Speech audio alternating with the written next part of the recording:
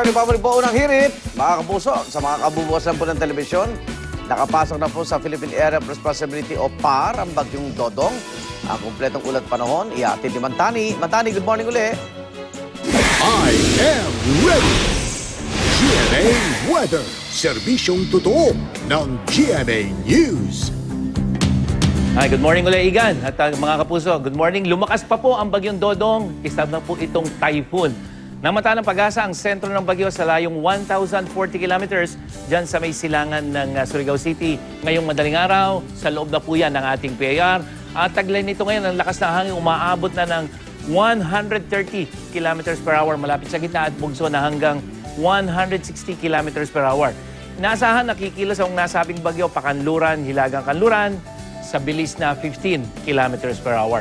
At sa latest forecast track ng pag-asa, makikitang patuloy po ang inaasang pagkilos nito west-northwest at Sabado ng madaling araw, posibleng mararamdaman na yan dito sa may eastern Visayas at Linggo ng madaling araw, halos nakadikit po yung sentro ng bagyo dito sa may Bicol region. Kaya ramdam na rito yung hangin at ulan na dala nitong bagyo. At kung hindi magbabago yung track nito, posibleng gabi ng Linggo o Lunes ng madaling araw, maglalandfall yan dito sa may Aurora, Isabela area. Pero mga kapuso, habang lumalapit itong bagyo dito sa ating bansa, asahan na po yung unti-unting paglakas ito dahil ayon doon sa mga forecast, posibleng umabot ito sa super typhoon intensity. Pero ito yung ating babantayan mga kapuso.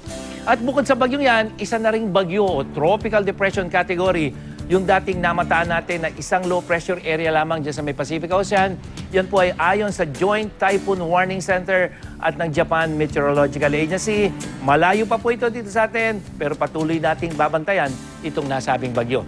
Sa ngayon mga kapuso, wala pang epekto dito sa ating bansa. Dito po sa Metro Manila, mananatiling maalinsangan yung ating temperatura, 39 degrees Celsius. Pero ito alas 8 pa lang ng umaga, 36 degrees Celsius na kagad ang ating init factor.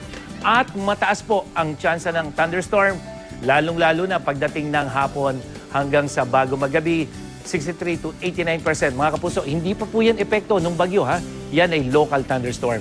Maayos sa panahon naman ang maasahan sa iba pang bahagi ng bansa, maliban na lamang sa mga thunderstorm dito sa may Ilocos Region, Cordillera, ilang bahagi ng Southern Luzon, at dyan po sa may ilang bahagi ng Visayas, lalo na dyan sa Mindanao, ARMM at Soc-Sargent, mga thunderstorm po ang maranasan yan. Yan ang latest mula sa GMA Weather. Ako po si Nathaniel Cruz. Pagplano para sigurado. I am ready. Serbisyong totoo ng GMA News. Maraming salamat, Mang Tani.